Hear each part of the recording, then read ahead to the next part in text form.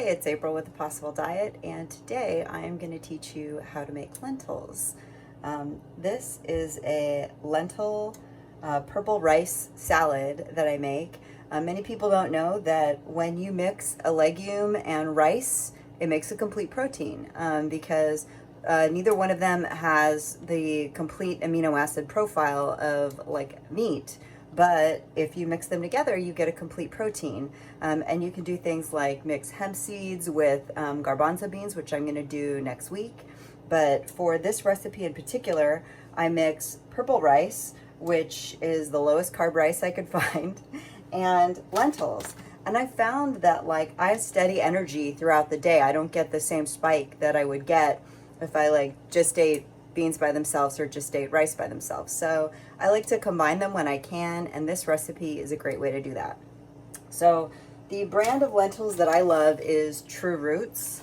They're sprouted, so they kind of like unlock nutrients. They're, you know, it seems like it's high carb when you put them in. Normally I don't try not to eat anything with more than like 30 grams of carbs a serving because it just makes it easier to ballpark things. But when you combine these, you're making a complete protein, and I don't get the same spike. And there's a lot of fiber in lentils and rice, especially black rice or purple rice. This is the brand of purple rice that I eat. It's American farmed. It's Ralston Family Farms. You can use whatever kind you like. The lentils are a little bit shy. The lentil mix that I'm using today is the True Roots lentil blend. So I like the green lentils and the lentil blend. You bring 2 cups of water plus 1 cup of broth. I like to mix it up. You can use all broth or all water if you don't have either, but I find that this gives the lentils a nice flavor. To a boil, turn it down to low, add your lentils, give it a little stir, and then just follow the directions on the bag. It's different for every lentil blend, slightly different. So this is 3 cups of water or broth to boil, stir in a cup of lentils, cover and simmer over low for 4 minutes. So I'm going to set my timer, and I'll meet you back here in 4 minutes. Once the lentils have boiled for 4 minutes, you want to take them off the heat and then just let them stand for 2 minutes. Our lentils have cooled, so now we're going to drain them. They're a little too soupy, you know, to use as is. So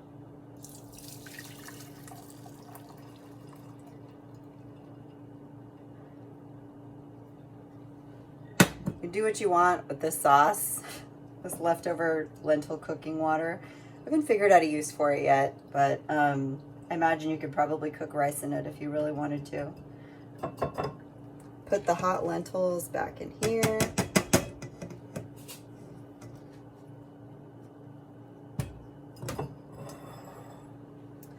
And then I'm gonna add a cup of pre-cooked black rice. I cooked this using the kind of like reduced carb method that is floating around the internet, where you cook the rice with a teaspoon of coconut oil and then let it sit in the fridge overnight. So this is pre-cooked cold rice, but these hot lentils are gonna warm it up.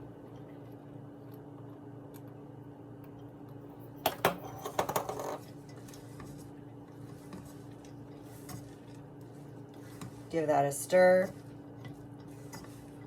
We're just making it right in the same pan so that the heat of the pan and the heat of the lentils is going to warm up that rice and then make everything absorb the dressing. Now, the dressing I don't mix separately. I just add it on in. 2 tablespoons of apple cider vinegar.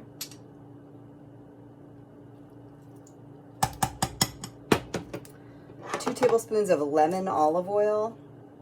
I've tried this with a combination of regular olive oil and lemon juice, and it's not quite as good as if you can find lemon flavored olive oil. So I encourage you to add it to your pantry. It's good for all sorts of things, especially dressings. And with summer coming up, I know I'm going to go through this whole bottle. And then you want about 2 teaspoons of this Yuzu hot sauce.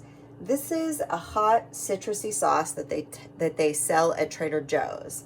If you don't have access to this, you can leave it out, or you can use maybe like some sriracha.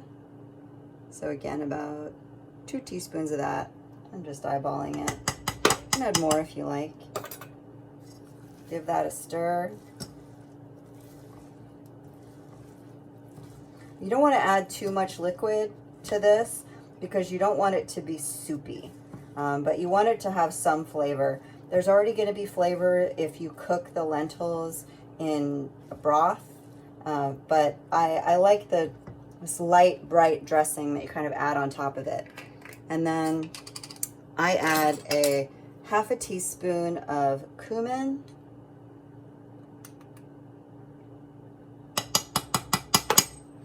And half a teaspoon of this Malaysian spice blend that I got from the Women's Bean Project.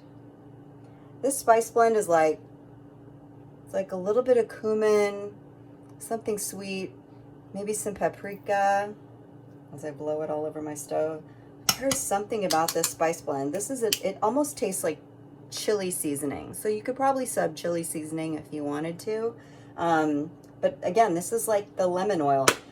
My friend Kimmy said once, she's like, I've never met someone with so many condiments. But that's how I keep cooking exciting. Like, I like mixing things together and seeing how they taste. So go ahead and mix this all in, give it another stir. And then I like to add a 1/4 cup of finely diced red onion, 1/2 cup of celery, give it some crunch. And then I've been using carrot tops a lot lately. So about 2 tablespoons of carrot tops. And then if you don't have carrot tops, you can totally use parsley. I add carrot tops and parsley. I would either do 2 tablespoons of carrot tops and 1 tablespoon of parsley, or just 2 tablespoons of parsley. 3 tablespoons of parsley is kind of a lot. And carrot tops just add green and the barest bit of flavor. For me, it's just a way to get some chlorophyll in your bowl, you know? And you can add more celery if you want. I've added shredded carrots to this, and it's really good. But this is, it's a nice little salad you can pack for a picnic. It's a nice change from quinoa, and it's higher protein. So there you have it. Purple rice and lentil salad. High protein, high fiber, super fresh, ready for summer. Thanks.